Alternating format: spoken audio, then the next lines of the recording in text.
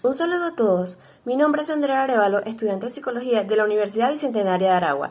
El día de hoy voy a explicar un poco acerca de los casos clínicos, cómo se redactan, qué son las partes en las que debe llevar, de qué forma, cuál es el objetivo, entre muchas otras cosas acerca de estos. Para la construcción de un caso clínico, en primer lugar se tiene que tener lo que se llama la identificación del paciente. ¿Qué es esta sección del caso clínico? Son todos aquellos datos relevantes del paciente con los cuales podemos identificar su procedencia, como su nombre, su lugar de origen, su fecha de nacimiento, su sexo, su religión, ocupación, nivel de educación, entre otros datos que puedan aportarnos el paciente acerca de sí mismo. De segundo tenemos lo que es la historia del problema. La historia del problema es una sección donde se describen con datos, con hechos y se argumenta de forma explicativa cuáles son esos detalles o sucesos de la vida del paciente en la cual han marcado y han contribuido a que el problema o el malestar psicológico se haya hecho presente.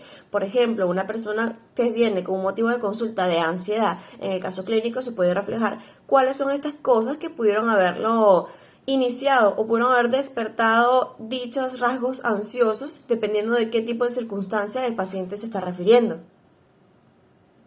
Más adelante tenemos lo que se denomina las metas del tratamiento. Las metas del tratamiento son aquellos aspectos o conductas deseables que queremos que el paciente obtenga para que elimine las conductas que eran disruptivas o las que no eran adecuadas de sus mecanismos de respuesta. Las metas del tratamiento son todos aquellos conductas deseables que deseamos observar en la otra persona, ya sea, por ejemplo, un ejemplo de un caso de un estudio clínico de un infanto juvenil que tenga problemas de obediencia. La meta del tratamiento sería que siguiera un patrón adecuado de comportamiento en los cuales pueda hacer más o menos la interacción familiar con las diferentes distribuciones de tareas del hogar. Por ejemplo, la conducta disruptiva a romper sería la desobediencia, la resistencia de dicho individuo ante las tareas del hogar, y entonces la meta del tratamiento es adecuar su conducta para mejorar lo que es la convivencia dentro del núcleo familiar. Ahora bien, los objetivos terapéuticos. Estos son todos aquellos indicativos de qué es lo que se quiere lograr. En este tipo de sección es donde se estructura como tal el caso clínico, donde se indican cuáles van a ser las sesiones, con qué frecuencia, también qué tipo de herramientas o qué tipo de técnicas se van a aplicar en dichas sesiones y con qué motivos y en qué comportamiento se va a incidir.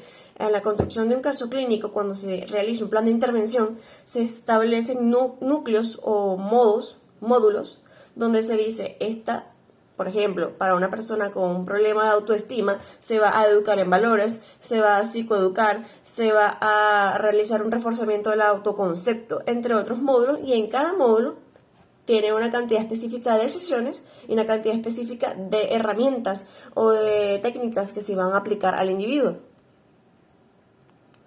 Ahora bien, la selección y aplicación de técnicas de evaluación. Esta sección es donde se aplican los instrumentos psicológicos adecuados para recabar la información sobre el estado psicológico del individuo.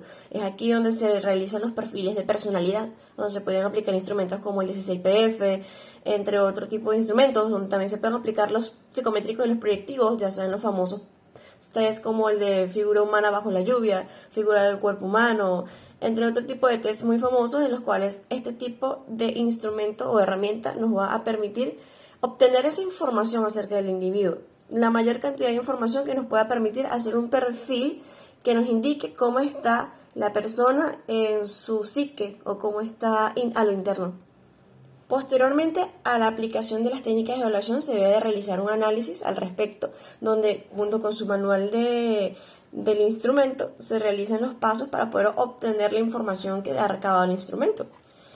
Posteriormente tenemos lo que es la evaluación de eficacia y eficiencia del tratamiento. Una vez aplicado todos los objetivos, una vez tratado de alcanzar las metas del tratamiento, se debe evaluar qué tan efectivo ha sido con diferentes mecanismos, observar si el individuo realmente obtuvo los cambios deseados, si la nueva conducta que se ha tratado de instaurar ha sido aplicada con efectividad, en qué tiempo se hizo, todos esos cambios que nos puedan determinar si el individuo realmente o no ha tenido un avance, ha mejorado en su bienestar psicológico, en su calidad de vida y si su problema o no ha sido resuelto de alguna forma.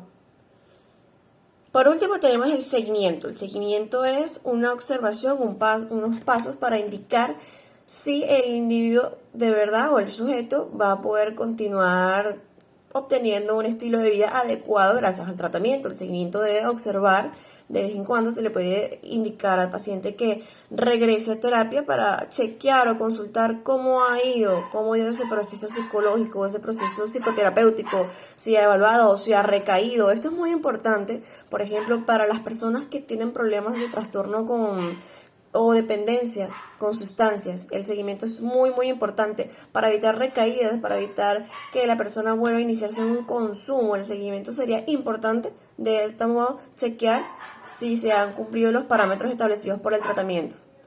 Bueno, con todo esto espero que mi información haya sido de su agrado. Muchas gracias.